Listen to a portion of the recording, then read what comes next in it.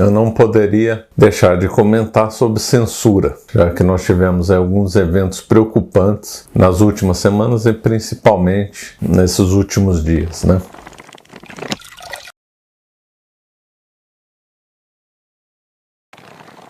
Antes de comentar, né, o que aconteceu na semana, lembrar aqui alguns artigos da Constituição, né? Lembrando que a Constituição de 1988, uma Constituição horrível, claro, né? Mas ela revelou a preocupação dos constituintes lá com a censura. Como o Brasil tinha vivido sob o regime militar e teve censura, em cassação de direitos e tal, jornais, veículos na mídia foram censurados, a preocupação dos constituintes em 88 era fazer um texto, uma carta magna que impedisse de ter nova censura no Brasil, ou seja, a vontade dos constituintes era realmente da liberdade de expressão para todo mundo. Quer dizer, a pessoa falar na rua, a pessoa falar na televisão, a pessoa falar nos jornais, nos livros, onde quisesse, sem ser importunado com isso.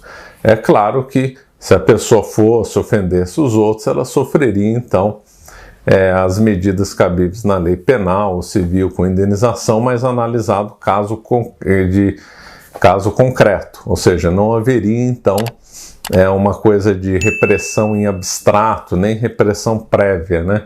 Chama-se censura prévia. Então, se alguém então ofendesse o outro no livro, falasse alguma aberração publicamente, esse ofendido poderia entrar com uma ação exigindo um direito de resposta ou mesmo processando penal ou civilmente, criminalmente ou civilmente, aquela pessoa que fizesse essa ofensa. Normalmente é assim que funciona nos lugares democráticos, né? Que não se faz censura prévia, né? Então tá no artigo 5º da Constituição e também está no artigo 220 também. O artigo 220 é bem claro, abre aspas, caput, né? A manifestação do pensamento, a criação, a expressão e a informação sobre qualquer forma, processo ou veículo não sofrerá qualquer restrição, observado o disposto nessa Constituição. Aí haveria a questão de horário, protegendo criança, etc., né? O parágrafo 1º diz claramente: nenhuma lei conterá dispositivo que possa constituir embaraço à plena liberdade de informação jornalística em qualquer veículo de comunicação social, observado o disposto tal. Parágrafo 2º, é vedada toda e qualquer censura de natureza política, ideológica e artística. Então isso daí virou um consenso no Brasil de que não pode ter censura. E ficou assim anos, né? O PT tentou estabelecer a censura, né? Nos governos que o Lula e a Dilma atuaram, né? Tentou passar uma lei de regulamentação é eufemismo para censura, né? Das mídias, não conseguiu. Teve o famigerado e absurdo Programa de Direitos Humanos de 2009, 2010, que estabeleceria um país socialista no Brasil com a criação de sovietes e perseguição da mídia, não passou. Também, né, houve uma reação da sociedade, dos deputados contra isso, né? Mas de uns anos para cá, justamente no governo do Bolsonaro, os tribunais superiores começaram a rever esse entendimento. Teve um caso da revista Cruzoé, ligado ao grupo antagonista, que foi censurado, né? Foi censurado depois que a censura foi derrubada, mas então houve um movimento então que começou a interpretar essa questão de liberdade de expressão de modo mais restrito e não modo mais amplo.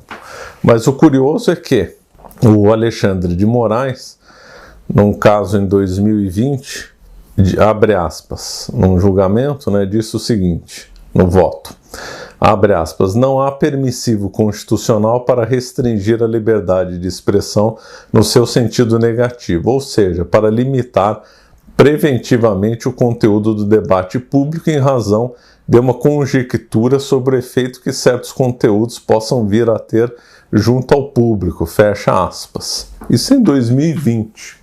2 anos depois, já com vários movimentos de restrição de liberdade, perpetrados tanto pelo STF como pelo TSE, né? Então, se mudou, e agora nós vemos um absurdo sobre o nosso ordenamento jurídico, sobre a jurisprudência, sobre até como bom senso, que houve uma censura prévia contra um conteúdo do Brasil Paralelo. E a Carmen e Lúcia, num primor de lógica, disse o seguinte, abre aspas, numa primeira parte: não se pode permitir a volta de censura sobre nenhum argumento no Brasil, fecha aspas. Perfeito, essa é a tradição brasileira desde 1988. Porém, depois ela fala um monte de coisa, porém, defendendo a censura, ela diz: este é um caso específico, estamos na iminência de termos o segundo turno das eleições, então a proposta é inibição até o 31 de outubro. Isso é inacreditável por duas razões, pensando aqui estritamente sobre a Carmen e Lúcia, né? Primeira, a contradição, isso aqui é uma coisa totalmente contraditória. Se diz não pode permitir a volta de censura sobre nenhum argumento, não pode ter a conclusão que ela chegou estabelecendo censura até o dia 31. Isso é um absurdo lógico. O segundo é ter a censura, né? É uma censura prévia. Então, vivemos sob tempos de aberração jurídica, né?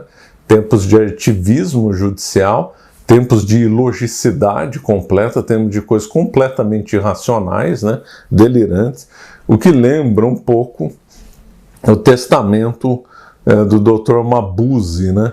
Lá do realismo alemão. O realismo alemão produziu alguns filmes curiosos, né? Como o Gabinete do Dr. Caligari, Metrópolis e do Dr. Mabuse, né? Então aqui a coisa está tão delirante que está parecendo coisa do Dr. Mabuse aqui. Então perdeu-se completamente a noção não só das normas jurídicas, da tradição jurídica brasileira, da jurisprudência, mas perdeu-se completamente a lógica no discurso jurídico. Isso aqui é uma coisa completamente delirante, né?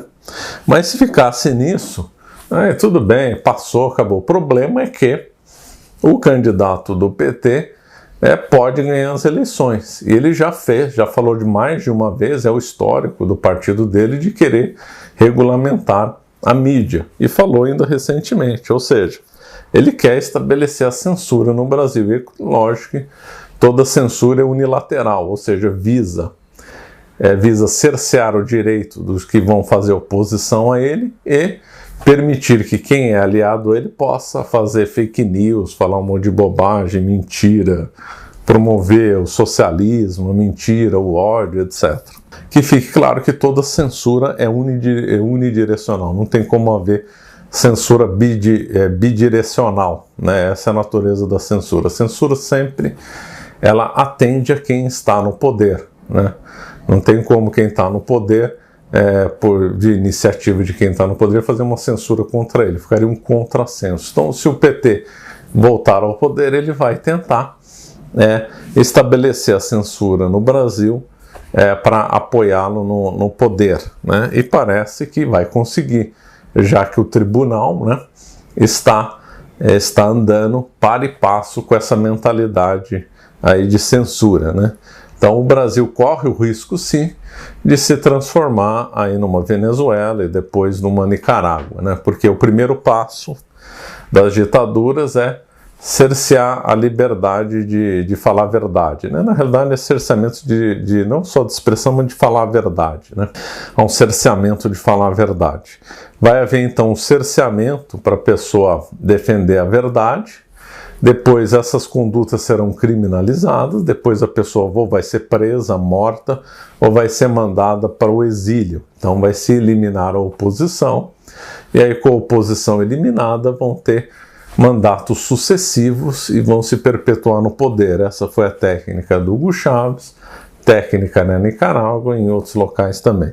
Então nós vemos que o script já está montado. E o pior é que está sendo avisado, está na cara dura, que esse é o projeto deles, quer pelo histórico do PT, quer pelo que o Lula está falando nos últimos. Ainda no último entrevista dele, ele ainda falou que quer regulamentar a mídia. Então, tá lá, ele está avisando, olha, eu vou estabelecer a censura, né? Então, vivemos tempos aí graves e muita gente não está percebendo. Esquerdas caviar, que adoram falar o que querem, isentões, que defendem liberdade de expressão, ingênuos, que votam no PT. Então, não estão percebendo ou não querem perceber o perigo que o Brasil está correndo. O Brasil está à beira de um precipício e as pessoas não estão enxergando o óbvio, que é aqui, a partir de 2023, caso esse cidadão volte ao poder, o risco de censura, de vir a censura, é bem grande, né? Gostaria de lembrar a todos que hoje às 20 horas teremos uma live para mostrar a nossa plataforma com novas formas de pagamento e um visual muito melhor. Além disso, você poderá tirar todas as suas dúvidas sobre a escola. E ainda farei uma promoção surpresa que será válida somente até domingo. Lembro que a Escola da Verdade Histórica está com 21,99% de desconto até domingo, dia 30. Vocês sabem que nossas ofertas envolvem sempre bônus com livros, etc. E essa é a primeira oferta que fazemos com desconto. Aproveite para fazer essa matrícula com mais de R$100 de desconto. Aí poderiam perguntar, por que não foi arredondado, né? Porque nós estamos em período de censura, por isso que o valor não foi arredondado.